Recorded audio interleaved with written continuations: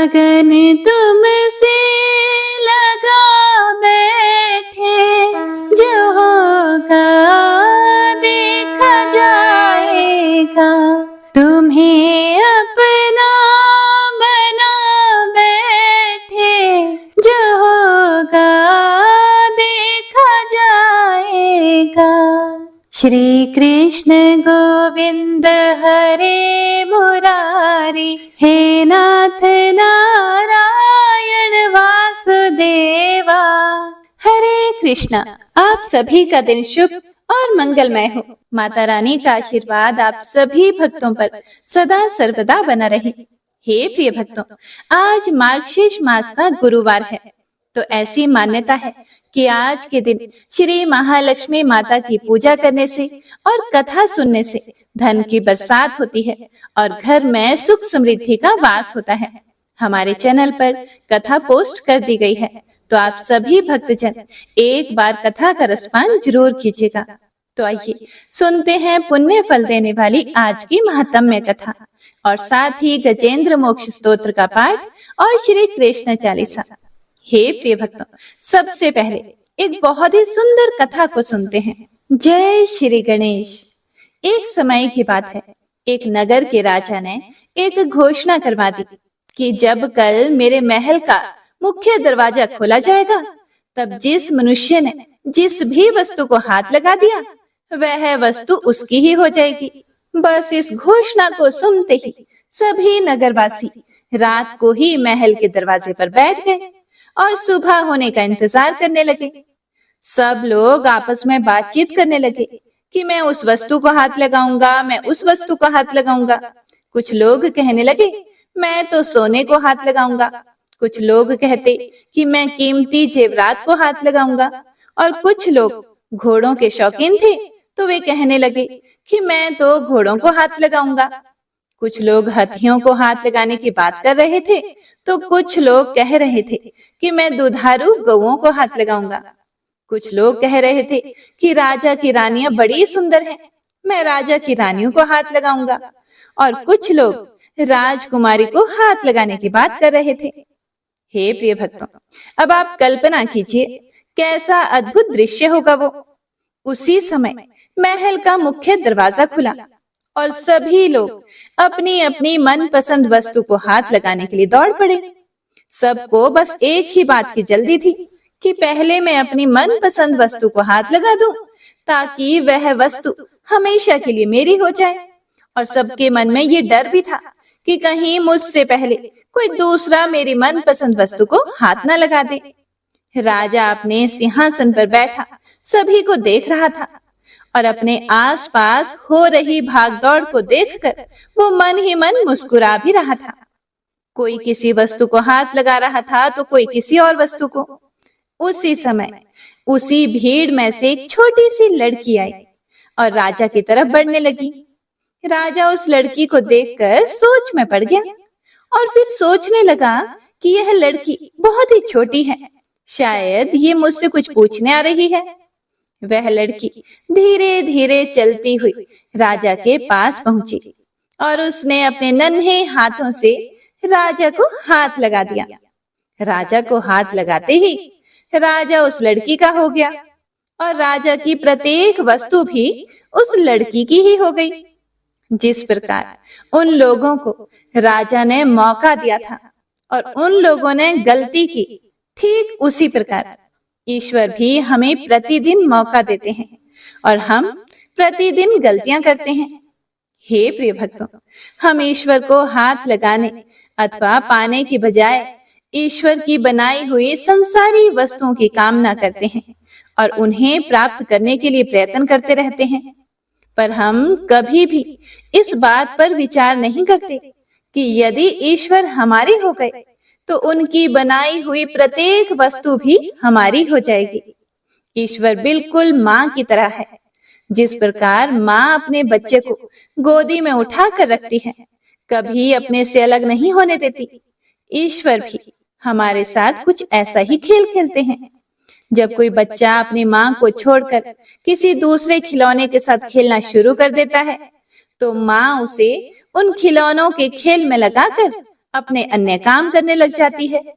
ठीक इसी प्रकार जब हम ईश्वर को भूलकर ईश्वर की बनाई हुई वस्तुओं के साथ खेलना शुरू कर देते हैं, तो ईश्वर भी हमें उस माया में उलझाकर हमसे दूर चले जाते हैं। पर कुछ बुद्धिमान मनुष्य ईश्वर की माया में ना उलझकर ईश्वर में ही रमण करते हैं और उस परम तत्व में मिल जाते हैं। फिर उनमें और ईश्वर में कोई भी भेद नहीं रहता। हरे कृष्णा। उम्मीद करती हूँ आज की कहानी आपको पसंद आई होगी। तो आइए अब सुनते हैं आज की महात्म्य कथा। ओम नमो नारायणाय। हे प्रिय भक्तों, नारद जी ने नारायण जी से पूछा, हे भगवत, गोकुल में यशोदा भवन के अंदर श्री कृष्ण को रखकर जब वसुदेव जी ने अपने घर को प्रस्थान किया, तब नंद राय जी ने किस प्रकार पुत्रोत्सव मनाया? श्री हरि ने वहां रहकर क्या किया? वे कितने वर्षों तक वहां रहे? हे प्रभु, आप उनकी बाल क्रीड़ा का क्रमशः वर्णन कीजिए। पूर्व काल में गोलोक में श्री राधा के साथ भगवान ने जो प्रतिज्ञा की थी, वृंदावन में उस प्रतिज्ञा का निर्वाह उन्होंने किस प्रकार किया? प्रभु, उस समय भूतल पर वृंदावन का स्वरूप कैसा था? उनका रास मंडल कैसा था? यह सब मुझे बताइए। रास क्रीड़ा और जल क्रीड़ा का विस्तार पूर्वक वर्णन कीजिए। नंद ने कौन सी तपस्या की थी? यशोदा और रोहिणी ने कौन सा तप किया था? श्री हरि से पहले हलधर का जन्म कहाँ हुआ था? श्री हरि का अपूर्व आख्यान अमृत खंड के समान माना गया है। हे प्रभु, विशेषतः कवि के मुख में श्री हरि चरित्रमय काव्य पद पद पर नूतन प्रतीत होता है। हे प्रभु, आपने ही यह वर्णन किया है कि आप दोनों नर और नारायण श्री हरि के चरणों में विलीन हो गए थे। उनमें भी आप ही साक्षात गोलोक के अंश हैं, इसीलिए उनके समान ही महान है। इसीलिए श्री कृष्ण लीलाएं आपके प्रत्यक्ष अनुभव में आई हुई हैं, इसीलिए आप उनका वर्णन कीजिए। भगवान नारायण बोले, हे नारद, ब्रह्मा, शिव, शेष, गणेश, कूर्म, धर्म, मैं, नर तथा कार्तिकेय, ये 9 श्री कृष्ण के अंश है। अहो, उन गोलोकनाथ की महिमा का कौन वर्णन कर सकता है, जिन्हें स्वयं हम भी नहीं जानते और ना वेद ही जानते हैं। फिर दूसरे विद्वान क्या जान सकते हैं?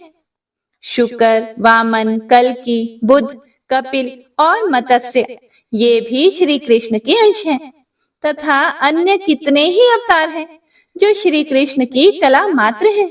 हे देव ऋषि नारद, मैं तुमसे यशोदा, नंद और रोहिणी के तप का वर्णन करता हूँ, सुनो, जिसके कारण उन्होंने श्री हरि का मुंह देखा था। वसुओं में श्रेष्ठ तपोधन द्रोण नंद नाम से इस धरातल पर अवतीर्ण हुए थे। उनकी पत्नी जो तपस्विनी धरा थी, वे ही सती साध्वी यशोदा हुई थी। सर्पों को जन्म देने वाली नाग माता कद्रू ही रोहिणी बनकर भूतल पर प्रकट हुई थी। इनके जन्म और चरित्र का वर्णन करता हूँ, ध्यान से सुनो। एक समय की बात है, पुण्यदायक भारतवर्ष में गौतम आश्रम के पास गंधमादन पर्वत पर धरा और द्रोण ने तपस्या शुरू की। हे देवऋषि नारद, उनकी तपस्या का उद्देश्य था भगवान श्री कृष्ण का दर्शन। सुप्रभा के निर्जन तट पर 10,000 वर्षों तक वे वसु दंपति तपस्या में लगे रहे, लेकिन उन्हें श्री हरि के दर्शन नहीं हुए।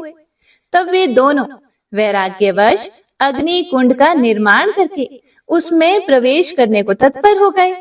उन दोनों को मरने के लिए उत्सुक देखकर वहां एक आकाशवाणी हुई कि हे वसु श्रेष्ठ, तुम दोनों दूसरे जन्म में भूतल पर अवतीर्ण होकर गोकुल में अपने पुत्र के रूप में श्री हरि के दर्शन करोगे। योगियों को भी उन भगवान का दर्शन होना अत्यंत कठिन है। बड़े बड़े विद्वानों के लिए भी ध्यान के द्वारा उन्हें वश में कर पाना असंभव है। वे ब्रह्मा आदि देवताओं के भी वंदनीय हैं। हे प्रिय भक्तों, यह सुनकर धरा और द्रोण सुखपूर्वक अपने घर को चले गए और भारतवर्ष में जन्म लेकर उन्होंने श्री हरि के मुखारविंद के दर्शन किए। इस प्रकार यशोदा और नंद का चरित्र तुमसे कहा गया। अब देवताओं के लिए भी परम गोपनीय रोहिणी का चरित्र भी सुनो। एक समय देव माता अदिति ने ऋतुमती होने पर समस्त श्रृंगारों से सुसज्जित होकर अपने पति देव श्री कश्यप जी से मिलना चाहा। उस समय कश्यप जी अपनी दूसरी पत्नी सर्प माता कद्रु के पास थे। कश्यप जी के आने में विलंब होने पर अदिति को बड़ा दुख हुआ और बड़ा गुस्सा आया और उन्होंने कद्रु को श्राप दे दिया कि वे स्वर्ग लोक को त्याग कर मानव योनि को प्राप्त हो। इस बात को सुनकर कद्रु ने भी अदिति को श्राप दे दिया कि वे जरा युक्त होकर मृत्यु लोक में मानव योनि में जाएं। इस प्रकार दोनों के शापग्रस्त होने पर कश्यप जी ने कद्रु को सांत्वना देकर समझाया कि तुम मेरे साथ मर्त्य लोक में जाकर श्री हरि के मुख कमल का दर्शन प्राप्त करोगी। उसके बाद कश्यप जी ने अदिति के घर जाकर उनकी इच्छा पूर्ण की। उसी ऋतु से देवराज का जन्म हुआ। हे मुने, इसके बाद अदिति ने देवकी के रूप में, कद्रु ने रोहिणी के रूप में और कश्यप जी ने श्री कृष्ण के पिता श्री वसुदेव जी के रूप में जन्म ग्रहण किया। हे देव ऋषि नारद, यह सारा गोपनीय रहस्य बताया गया। अब अनंत अप्रमेय तथा सहस्त्रों मस्तक वाले भगवान बलदेव जी के जन्म का वृतांत भी सुनो। रोहिणी वसुदेव जी की प्रेयसी पत्नी थी। हे मुने, वे वसुदेव जी की आज्ञा से संकर्षण की रक्षा के लिए गोकुल में चली गई। कंस से भयभीत होने के कारण उन्हें वहां से पलायन करना पड़ा था। उन दिनों योग माया ने श्री कृष्ण की आज्ञा से देवकी के 7वें गर्भ को रोहिणी के उदर में स्थापित कर दिया था।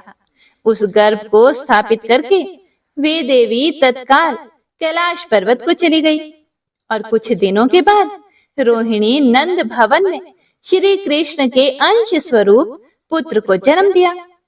उसकी अंग कांति तपाए हुए स्वर्ण के समान गौर थी। वह बालक साक्षात ईश्वर था। उसके मुख पर मंद मंद हास्य की मनोहर छटा और प्रसन्नता छा रही थी। वह ब्रह्म तेज से प्रकाशित हो रहा था। उसके जन्म मात्र से देवताओं में आनंद छा गया था। स्वर्ग लोक में दुंदुभी, आनक और मूरज आदि दिव्य वाद्य बज उठे। आनंद मगन हुए देवता शंख ध्वनि के साथ जय जयकार करने लगे और नंद का हृदय हर्ष से उल्लासित हो उठा। उन्होंने ब्राह्मणों को बहुत सा धन दिया। धाय ने आकर बालक की नाल काटी और उसे नहलाया। समस्त आभूषणों से विभूषित गोपियां जय जयकार करने लगी।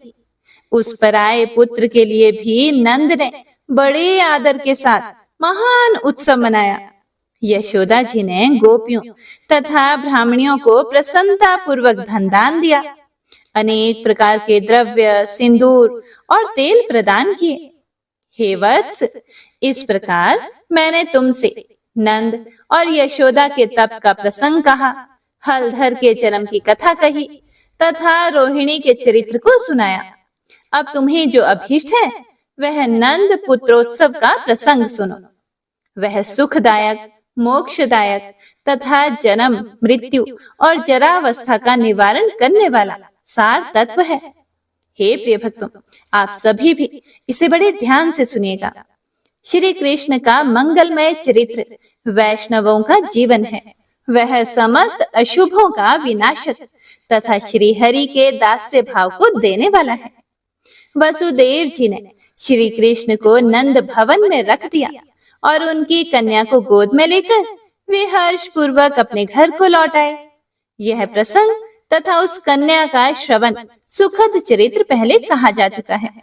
अब गोकुल में जो श्री कृष्ण की मंगलमयी लीला प्रकट हुई उसे बताता हूँ, सुनो। जब वसुदेव जी अपने घर को लौट आए तब जया तिथि अष्टमी से युक्त उस विजय पूर्ण मंगलमय सूतिकागार में नंद और यशोदा ने देखा कि उनका पुत्र धरती पर पड़ा हुआ है। उसके श्री अंगों से नवीन मेघमाला के समान तेजः पुंजमयी श्याम कांति प्रस्फुटित हो रही है। वह नग्न बालक बड़ा सुंदर दिखाई देता था। उसकी दृष्टि घर के शिखर भाग की ओर लगी हुई थी। उसका मुख शरद काल की पूर्णिमा के चंद्रमा को लज्जित कर रहा था। दोनों नेत्र नील कमल की शोभा को छीन लेते थे। वह कभी रोता था तो कभी हंसने लगता था। उसके श्री अंगों में धूली के कण लगे हुए थे। उसके दोनों हाथ धरती पर टिके हुए थे और युगल चरणारविंद प्रेम के पुंज से जान पड़ते थे। उस दिव्य बालक श्री हरि को देखकर पत्नी सहित नंद को बड़ी प्रसन्नता हुई। धाय ने ठंडे जल से बालक को नहलाया और उसकी नाल काट दी। उस समय गोपियां खुशी से जय जयकार करने लगी। ब्रज की सारी गोपिकाएं, बालिका और युवतियां भी ब्राह्मण पत्नियों के साथ सूतिकागार में आई। उन सब ने आकर बालक को देखा और प्रसन्नता पूर्वक उसे खूब आशीर्वाद दिया। नंद नंदन की भूरी भूरी प्रशंसा करती हुई वे उन्हें अपनी गोद में ले लेती थी। उनमें से कितनी ही गोपियां रात में वहीं रह गई। नंद ने वस्त्र सहित स्नान करके धुली हुई धोती और चादर धारण की। फिर प्रसन्नचित होकर वहां परंपरागत विधि का पालन किया।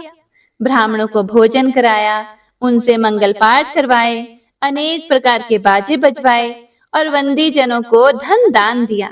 उसके बाद नंद ने आनंद पूर्वक ब्राह्मणों को धन दिया तथा उत्तम रत्न, मूंगे और हीरे भी आदर पूर्वक उन्हें दिए। हे देवऋषि नारद, तिलों के 7 पर्वत, स्वर्ण के 100 ढेर, चांदी, धान्य की पर्वोत्तम राशि, वस्त्र, सहस्त्रों मनोरम गौएं, दही, दूध, शक्कर, मक्खन, घी, मधु, मिठाई, लड्डू, स्वादिष्ट मोदक, सभी प्रकार की खेती से भरी पूरी भूमि, वायु के समान वेगशाली घोड़े, पान और तेल, इन सब का दान करके नंद जी बड़े खुश हुए। उन्होंने सूतिकागार की रक्षा के लिए ब्राह्मणों को नियुक्त किया, मंत्रज्ञ मनुष्यों तथा बड़ी बूढ़ी गोपियों को लगाया। उन्होंने ब्राह्मणों द्वारा वेदों का पाठ करवाया, एकमात्र मंगलमय हरि नाम का कीर्तन कराया तथा देवताओं की पूजा करवाई। युवती तथा बड़ी बूढ़ी ब्राह्मण पत्नियां बालक बालिकाओं को साथ लेकर मुस्कुराती हुई नंद भवन में आई। नंद राय जी ने उनको भी अनेक प्रकार के धन और रतन दिए। रतनमय अलंकारों से विभूषित बड़ी बूढ़ी गोपियां भी मुस्कुराती हुई तीव्र गति से नंद मंदिर में आई। उन्हें बहुत से वस्त्र, चांदी और सहस्त्रों गौएं सादर अर्पित की गईं। ज्योतिष शास्त्र के विशेषज्ञ विविध ज्योतिषी जिनकी वाणी सिद्ध थी, हाथ में पुस्तकें लिए नंद मंदिर में पधारे। नंद जी ने उन्हें नमस्कार करके प्रसन्नता पूर्वक उनके सामने विनय प्रकट की। उन सब ने आशीर्वाद दिए और उत्तम बालक को देखा। इस प्रकार व्रज राज नंद ने सामग्री इकट्ठी करके पुत्रोत्सव मनाया और ज्योतिषियों द्वारा शुभाशुभ भविष्य का प्रकाशन करवाया। उसके बाद वह बालक नंद भवन में शुक्ल पक्ष के चंद्रमा की भांति दिनों दिन बढ़ने लगा। श्री कृष्ण और हलधर दोनों ही माता के स्तनपान करते थे। हे मुने, वहां नंद के पुत्रोत्सव में प्रसन्न हुई रोहिणी देवी ने आई हुई स्त्रियों को प्रसन्नता पूर्वक तेल, सिंदूर और तांबुल प्रदान किए। वे सब बालक के सिर पर आशीर्वाद देकर अपने अपने घर को चली गई। केवल यशोदा, रोहिणी और नंद ये ही उस घर में हर्षपूर्वक रहे। आगे भगवान नारायण कहते हैं कि हे देवऋषि नारद, इस दिन राजसभा में स्वर्ण सिंहासन पर बैठे हुए कंस को बड़ी मधुर आकाशवाणी सुनाई दी। आकाशवाणी बोली, ओ महामूढ़ नरेश, क्या कर रहा है? अपने कल्याण का उपाय सोच। तेरा काल धरती पर उत्पन्न हो चुका है। वसुदेव ने माया से तेरे शत्रु भूत बालक को नंद के हाथ में दे दिया और उनकी कन्या लाकर तुझे सौंप दी। यह कन्या माया का अंश है और वसुदेव के पुत्र के रूप में साक्षात श्री हरि अवतीर्ण हुए हैं। वे ही तेरे प्राण हंता हैं। इस समय गोकुल के नंद मंदिर में उनका पालन पोषण हो रहा है। देवकी का 7वां गर्भ भी स्खलित या मृत नहीं हुआ था। योग माया ने उस गर्भ को रोहिणी के उदर में स्थापित कर दिया था। उस गर्भ से शेष के अंशभूत महाबली बलदेव जी प्रकट हुए हैं। श्री कृष्ण और बलभद्र दोनों तेरे काल हैं और इस समय गोकुल के नंद भवन में पल रहे हैं। हे प्रिय भक्तों, वह आकाशवाणी सुनकर राजा कंस का मस्तक झुक गया। उसे अचानक बड़ी भारी चिंता प्राप्त हुई। उसने अनमने होकर आहार को भी त्याग दिया और प्राणों से भी बढ़कर प्यारी बहन सती साध्वी पूतना को बुलाकर उस नीतिज्ञ नरेश ने भरी सभा में इस प्रकार कहा, हे पूतने, मेरे कार्य की सिद्धि के लिए गोकुल के नंद मंदिर में जाओ और अपने एक स्तन को विष से ओतप्रोत करके शीघ्र ही नंद के नवजात शिशु के मुंह में दे दो। हे वत्से, तुम मन के समान वेग से चलने वाली माया शास्त्र में निपुण और योगिनी हो, इसीलिए माया से मानवीय रूप धारण करके तुम वहां जाओ। हे सुप्रतिष्ठे, तुम दुर्वासा से महामंत्र की दीक्षा लेकर सर्वत्र जाने और सब प्रकार का रूप धारण करने में समर्थ हो। हे देवीशि नारद, ऐसा कहकर महाराज कंस उस राजसभा में मौन हो गया। इधर स्वेच्छाचारिणी पूतना कंस को प्रणाम करके वहां से चल दी। उसने परम सुंदरी नारी का रूप धारण कर लिया। उसकी अंग कांति तपाए हुए स्वर्ण के समान प्रकाशित हो रही थी। वह अनेक प्रकार के आभूषणों से विभूषित थी और मस्तक पर मालती के माला से अलंकृत केशपाश धारण किए हुए थे। व्रज में पहुंचकर पूतना ने मनोहर नंद भवन को देखा। वह दुर्लंघ्य एवं गहरी खाइयों से घिरा हुआ था। साक्षात विश्वकर्मा ने दिव्य प्रस्तरों द्वारा उसका निर्माण किया था। इंद्रनील, मरकत और पद्मराग मणियों से उस भव्य भवन की बड़ी शोभा हो रही थी। उसमें लोहे के किवाड़ लगे हुए थे। द्वारों पर द्वारपाल पहरा दे रहे थे। वह परम सुंदर एवं रमणीय भवन सुंदरी गोपांगनाओं से आविष्टित था। मोती, माणिक्य, पारसमणि तथा रतन आदि वैभवों से भरे हुए उस भव्य भवन में सुवर्णमय पात्र और घट भारी संख्या में दिखाई दे रहे थे। करोड़ों गौएं उस भवन के द्वार की शोभा बढ़ा रही थी। लाखों ऐसे गोप किंकर वहां विद्यमान थे, जिनका भरण पोषण नंद भवन से ही होता था। विभिन्न कार्यों में लगी हुई सहस्त्रों दासियां उस भवन की शोभा बढ़ा रही थी। सुंदरी पूतना ने अत्यंत मनोहर वेश धारण करके मंद मंद मुस्कान की छटा बिखेरते हुए नंद मंदिर में प्रवेश किया। उस महल में प्रवेश करती देखकर वहां की गोपियों ने उसका बहुत आदर सत्कार किया। वे गोपियां सोचने लगी, ये कमलालया लक्ष्मी अथवा साक्षात दुर्गा ही तो नहीं है, जो साक्षात श्री कृष्ण का दर्शन करने के लिए यहाँ पधारी है। गोपियों और गोपों ने उसे प्रणाम किया और कुशल समाचार पूछा। उसे बैठने के लिए सिंहासन दिया और पैर धोने के लिए जल अर्पित किया। पूतना ने भी गोप बालकों का कुशल मंगल पूछा। वह सुंदरी वहां मुस्कुराती हुई सिंहासन पर बैठ गई। उसने बड़े आदर के साथ गोपियों का दिया हुआ पाद्य जल ग्रहण किया। तब सब गोपियों ने पूछा, हे स्वामिनी, तुम कौन हो? इस समय तुम्हारा निवास कहाँ है और तुम्हारा नाम क्या है और यहाँ पधारने का तुम्हारा प्रयोजन क्या है, यह सब बताओ। उन गोपियों का यह वचन सुनकर वह भी मनोहर वाणी में बोली, मैं मथुरा की रहने वाली गोपी हूँ। इस समय एक ब्राह्मण की पत्नी हूँ।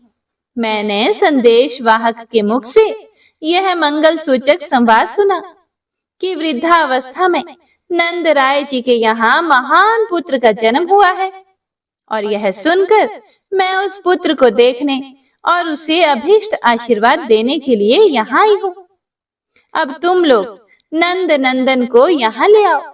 मैं उसे देखूंगी और आशीर्वाद देकर यहाँ से चली जाऊंगी। ब्राह्मणी का यह वचन सुनकर यशोदा जी का हृदय हर्ष से खिल उठा। उन्होंने बेटे से प्रणाम करवाकर उसे उस ब्राह्मणी की गोद में दे दिया। बालक को गोद में लेकर उस सती साध्वी पुण्यवती पूतना ने बारंबार उसका मुंह चूमा और सुखपूर्वक बैठकर श्री हरि के मुख में उसने अपना स्तन दे दिया और साथ ही वह बोली, हे गोप सुंदरी, तुम्हारा यह सुंदर बालक तो अत्यंत ही अद्भुत है। यह गुणों में साक्षात भगवान नारायण के समान है। श्री कृष्ण उस विषैले स्तन को पीकर उसकी छाती पर बैठे बैठे हंसने लगे। उन्होंने उस विष मिश्रित दूध को सुधा के समान मानकर पूतना के प्राणों के साथ ही उसे पी लिया। साध्वी पूतना ने अपने प्राणों के साथ ही बालक को त्याग दिया। हे देवर्षि नारद, वह प्राणों का त्याग करके पृथ्वी पर गिर पड़ी। उसका आकार और मुख विकराल दिखाई देने लगा। वह उत्तान मुंह होकर पड़ी हुई थी। उसने स्थूल शरीर को त्याग कर सूक्ष्म शरीर में प्रवेश किया। फिर वह शीघ्र ही रत्नसार निर्मित दिव्य रथ पर आरूढ़ हो गई। उस विमान को लाखों मनोहर दिव्य एवं श्रेष्ठ पार्षद सभी ओर से घेर कर बैठे हुए थे। उनके हाथों में लाखों चंवर डोल रहे थे। लाखों दिव्य दर्पण उस दिव्य रथ की शोभा बढ़ा रहे थे। अग्नि शुद्ध सूक्ष्म दिव्य वस्त्र से उस श्रेष्ठ विमान को सजाया गया था। उसमें अनेक प्रकार के चित्र विचित्र मनोहर रत्नमय कलश शोभा दे रहे थे। उस रथ में 100 पहिए लगे थे। वह सुंदर विमान रत्नों के तेज से प्रकाशित हो रहा था।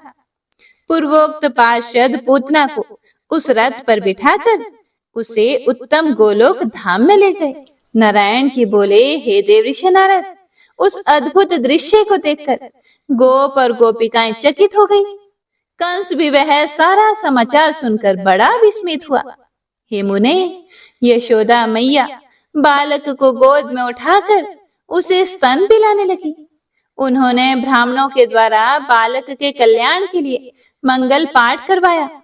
नंदराय जी ने बड़े आनंद से पूतना के देह का दाह संस्कार किया। उस समय उसकी चिता से चंदन, अगुरु और कस्तूरी के समान सुगंध निकल रही थी।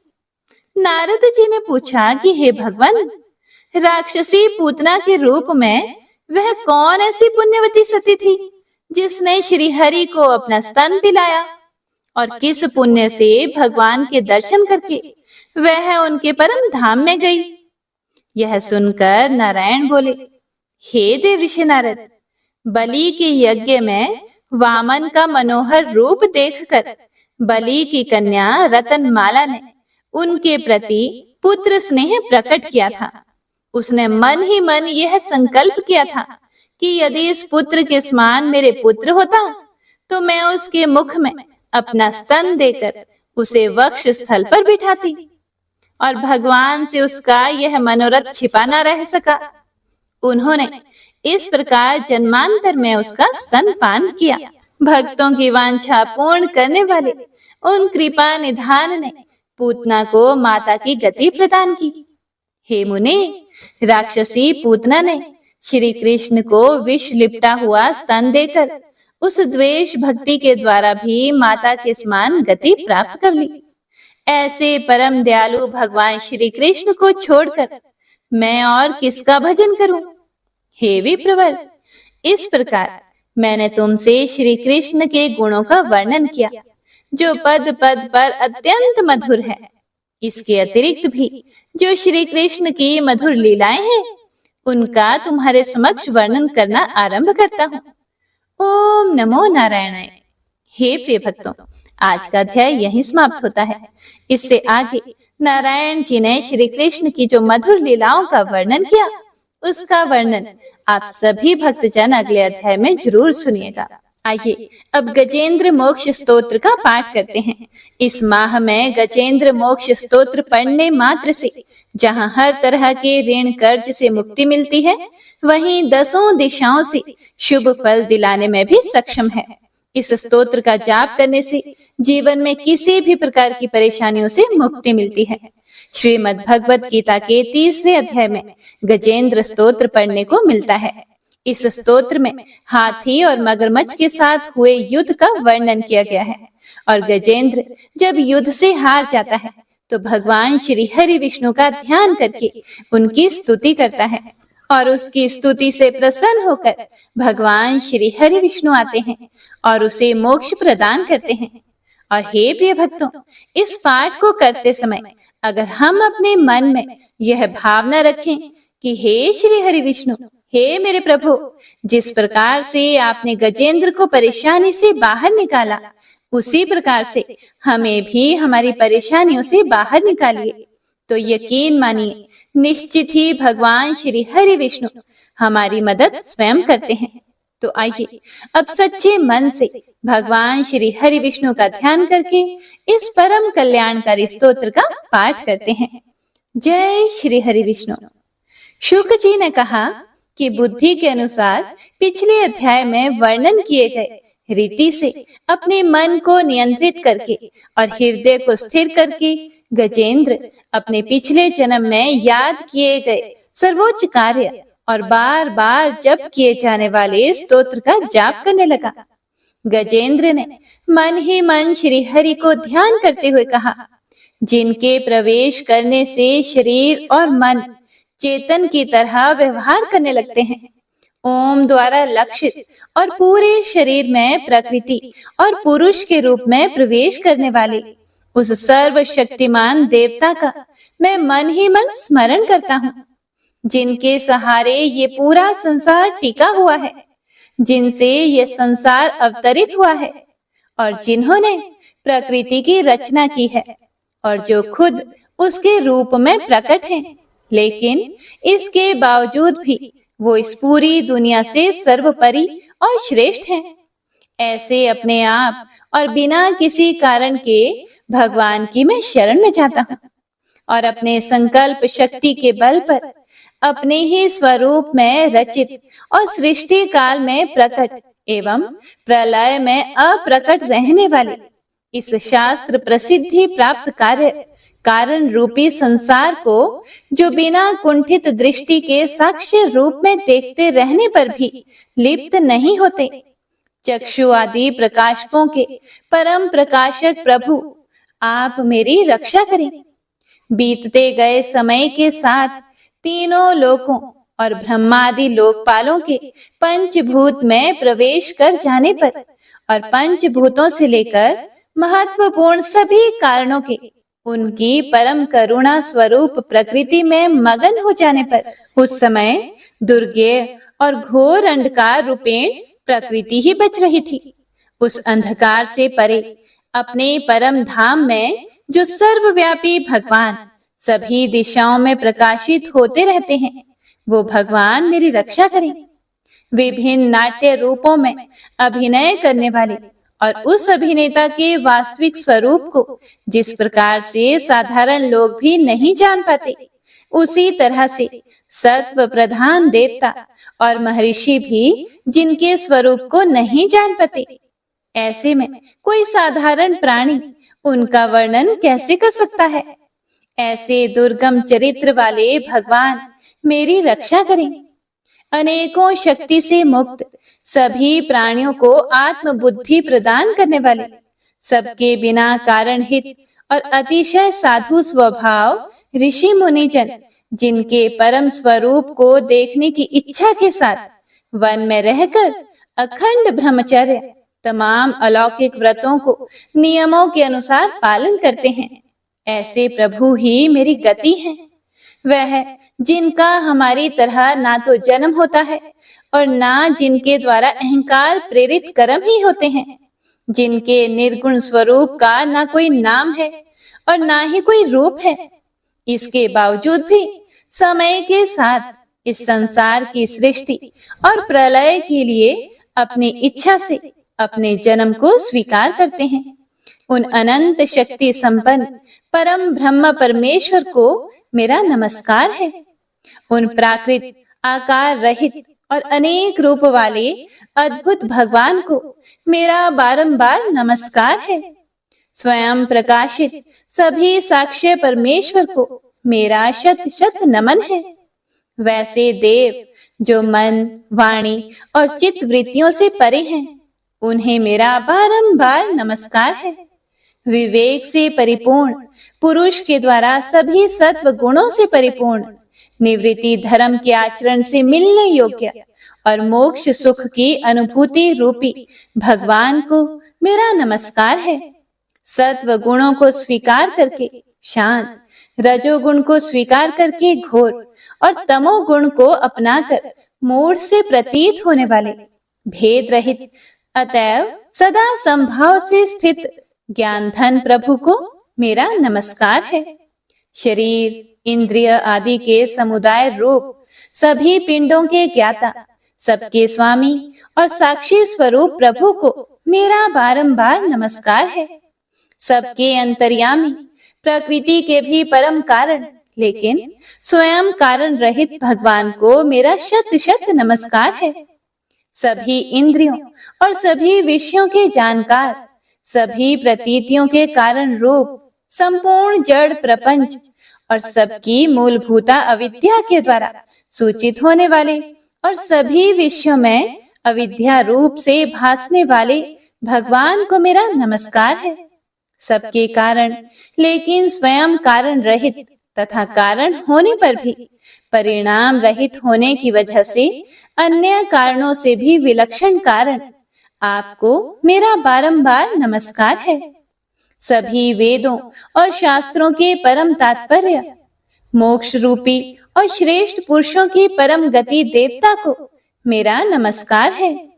वह जो त्रिगुण रूपों में छिपी हुई ज्ञान रूपी अग्नि है, वैसे गुणों में हलचल होने पर जिनके मन में संसार को रचने की वृत्ति उत्पन्न हो उठती हो और जो आत्मा तत्व की भावना के द्वारा विधि निषेध रूप शास्त्र से भी ऊपर उठे हों, जो महाज्ञानी महात्माओं में स्वयं प्रकाशित हो रहे हैं, ऐसे भगवान को मेरा नमस्कार है। मेरे जैसे शरणागत पशु के समान जीवों की अविद्या रूप फांसी को पूर्ण रूप से काट देने वाले परम दयालु और दया करने में कभी भी आलस्य नहीं करने वाले भगवान को मेरा नमस्कार है। अपने अंश से सभी जीवों के मन में अंतर्यामी रूप से प्रकट होने वाले सर्वनियंता अनंत परमात्मा आपको मेरा नमस्कार है। जो शरीर, पुत्र, मित्र, घर और संपत्ति सहित कुटुंबियों में अशक्त लोगों के द्वारा कठिनाई से मिलते हों और मुक्त पुरुषों के द्वारा अपने हृदय में निरंतर चिंतित ज्ञान स्वरूप सर्व समर्थ परमेश्वर को मेरा नमस्कार है। वह जिन्हें धर्म, अभिलाषित भोग, धन और मोक्ष की कामना से मनन करके लोग अपनी मनचाही इच्छा पूर्ण कर लेते हैं, अपितु जिन्हें विभिन्न प्रकार के अयाचित भोग और अविनाशी पार्षद शरीर भी देते हैं, वैसे अत्यंत दयालु प्रभु मुझे इस प्रकार की विपदा से हमेशा के लिए बाहर निकालें। वह जिनके एक से अधिक भक्त हैं, जो मुख्य रूप से एकमात्र उसी भगवान की शरण में हैं, जो धर्म, अर्थ आदि किसी भी पदार्थ को नहीं चाहते, अपितु जो केवल उन्हीं के परम मंगलमय एवं अत्यंत विलक्षण चरित्र का गुणगान करते हुए उनके आनंदमय समुद्र में गोते लगाते रहते हैं।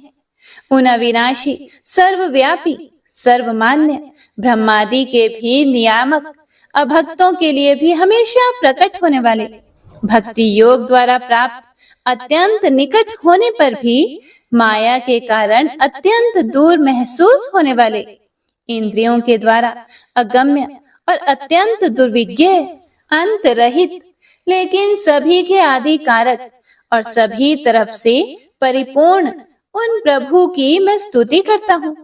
वो जो ब्रह्मा सहित सभी देवता, चारों वेद तथा समस्त चराचर जीव नाम और आकृति भेद से जिनके अत्यंत क्षुद्र अंशों से रचे गए हैं, जिस तरह से जलती हुई अग्नि की लपटें और सूरज की किरणें बार बार निकलती हैं और फिर से अपने कारण में ही लीन हो जाती है। उसी प्रकार बुद्धि, मन, इंद्रियां और नाना योनियों के शरीर, जिन सभी गुणों से प्राप्त शरीर जो स्वयं प्रकाश परमात्मा से प्रकट होता है और फिर से उन्हीं में लीन हो जाता है, वह प्रभु जो ना तो देवता है, ना असुर, ना मनुष्य है और ना ही मनुष्य से नीचे किसी अन्य योनि के प्राणी, ना ही वो स्त्री हैं और ना ही पुरुष, ना ही नपुंसक और ना ही वो कोई ऐसे जीव हैं जिनका इन तीनों ही श्रेणी में समावेश है। वो ना तो गुण है, ना कर्म, वो ना ही कार्य है और ना ही कारण। इन सभी योनियों का निषेध होने पर जो बचता है वही उनका असली रूप है और वे ही सब कुछ हैं। ऐसे प्रभु मेरा उत्थान करने के लिए प्रकट हो। अब मैं इस मगरमच्छ के चंगुल से आजाद होने के बाद जीवित नहीं रहना चाहता। इसकी वजह ये है कि मैं सभी तरफ से अज्ञानता से ढके इस हाथी के शरीर का क्या करूं? मैं आत्मा के प्रकाश से ढक देने वाले अज्ञानता से युक्त इस हाथी के शरीर से मुक्त होना चाहता हूँ, जिसका काल क्रम से अपने नाश नहीं होता, बल्कि ईश्वर की दया और ज्ञान से उदय हो पाता है। इस प्रकार से मोक्ष के लिए लालायित संसार के रचयिता स्वयं संसार के रूप में प्रकट, लेकिन संसार से परे, संसार में एक खिलौने की भांति खेलने वाले, संसार में आत्म रूप से व्याप्त अजन्मा, सर्वव्यापी एवं प्रापत्य वस्तुओं में सर्वश्रेष्ठ श्री हरि का केवल स्मरण करता हूँ और उनकी शरण में जाता हूँ, जिन्होंने भगवत भक्ति रूपी योग के द्वारा कर्मों को जला डाला है, जिन्हें समस्त योगी ऋषि अपने योग के द्वारा अपने शुद्ध हृदय में प्रकट देखते हैं। उन योगेश्वर भगवान को मेरा नमस्कार है। वह जिनके त्रिगुणे शक्तियों का राग, रूप, वेग और असह्य है, जो सभी इंद्रियों के विषय रूप में मौजूद हैं। वह जिनकी इंद्रियां समस्त विषयों में ही बसी रहती है। ऐसे लोगों को जिनको मार्ग मिलना भी संभव नहीं है, वैसे शरणागत एवं अपार शक्तिशाली वाले भगवान आपको मेरा बारंबार नमस्कार है। जिनकी अविद्या नाम के शक्ति के कार्य रूप अहंकार से ढके हुए हैं, वह जिनके रूप को जीव समझ नहीं पाते हैं, ऐसे अपार महिमा वाले भगवान की मैं शरण लेता हूँ। हे प्रिय भक्तों, श्री सुखदेव जी कहते हैं कि वह जिसने पूर्व प्रकार से भगवान के भेद रहित सभी निराकार रूप का वर्णन किया था, उस गजराज के करीब जब ब्रह्मा आदि अन्य कोई भी देवता नहीं आए, जो अपने विभिन्न प्रकार के विशेष विग्रहों को ही अपना रूप मानते हैं, ऐसे में साक्षात विष्णु जी, जो सभी के आत्मा होने के कारण सभी देवताओं के रूप हैं, तब वह वहां पर प्रकट हुए। गजराज को इस प्रकार से दुखी देखकर और उसके पढ़े गए स्तुति को सुनकर चक्रधारी प्रभु इच्छानुसार वेग वाले गरुड़ की पीठ पर सवार होकर सभी देवों के साथ उस स्थान पर पहुंचे जहां वह गज था। गज अर्थात हाथी था।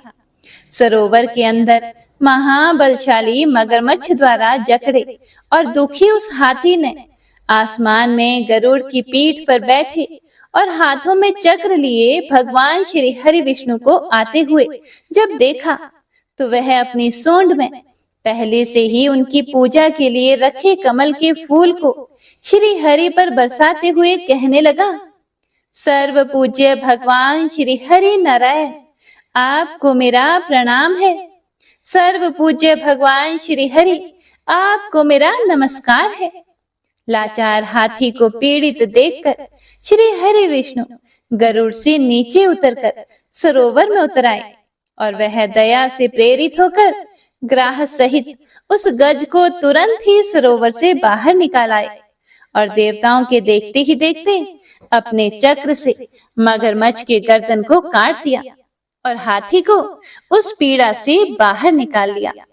तो इसी के साथ गजेंद्र मोक्ष स्तोत्र संपूर्ण हुआ। तो सभी एक बार प्रेम से बोलिए, भगवान श्री हरि विष्णु की जय।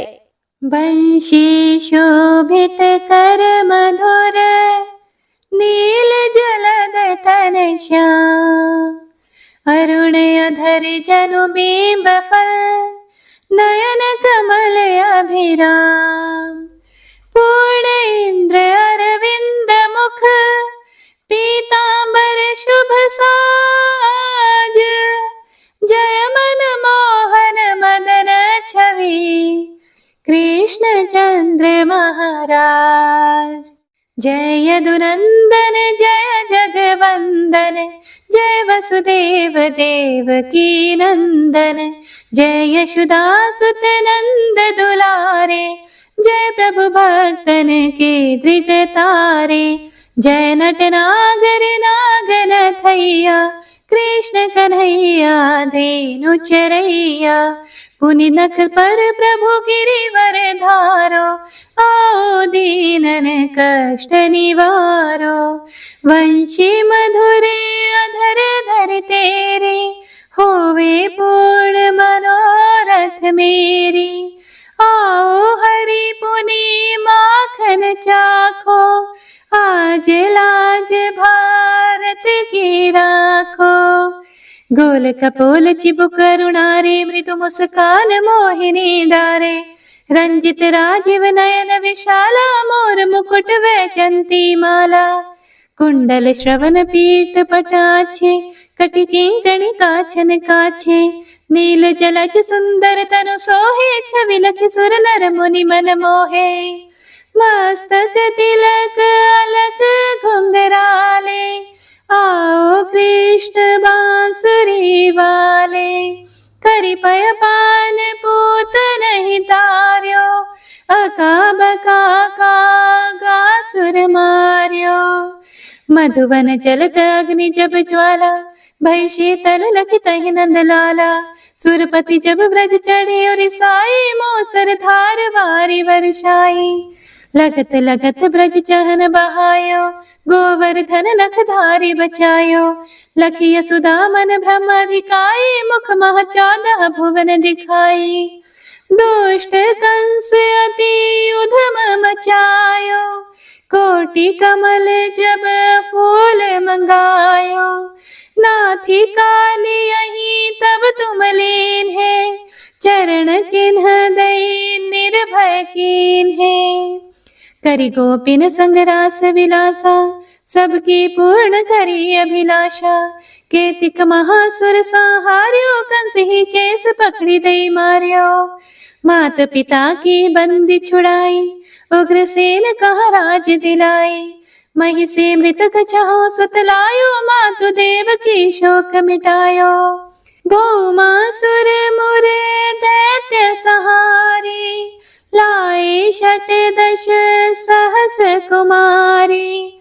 दई भी नहीं तृण चीर सहारा, जरा सिंधु राक्षस का हमारा। असुर बकासुर आदिक मार्यो, भक्तन के तब कष्ट निवार्यो। दीन सुदामा के दुख टार्यो, तंदुल 3 मूठ मुख डार्यो। प्रेम के साग विदुर धर मांगे, दुर्योधन के मेवा त्यागे। लखी प्रेम की महिमा भारी, ऐसे श्याम दीन हितकारी। भारत के पारथ रथ हाके, लिए चक्र करे नहीं बलता के। निज गीता के ज्ञान सुनाए, भक्तन हृदय सुधा वर्षाए। मीरा थी ऐसी मतवाली, विष पी गई बजा कर ताली। राणा भेजा सांप पिटारी, शालिग्राम बने बनवारी। निज माया तुम विधि दिखायो, उरते संशय सकल मिटायो। तब शत निंदा करि तत्काला, जीवन मुक्त भयो शिशुपाला। जब ही द्रौपदी टेर लगाई, दीनानाथ लाज अब जाई। तुरत ही वसन बने नंदलाला, बढ़े चीर भई अरि मोह काला। असनाथ के नाथ कन्हैया, डूबत भंवर बचावत नैया। सुंदर दास आसुर धारी दया दृष्टि कीजिए बनवारी। नाथ सकल मम कुमति निवारो क्षमहु बेगी अपराध हमारो। खोलो पट अब दर्शन दीजिए बोलो कृष्ण कन्हैया की जय। बोलो कृष्ण कन्हैया की जय। बोलो कृष्ण कन्हैया की जय। यह चालीसा कृष्ण का पाठ करे उरधारी। अष्ट सिद्धि नवनिधि फल लहे पदारथ चारी। जय श्री कृष्ण।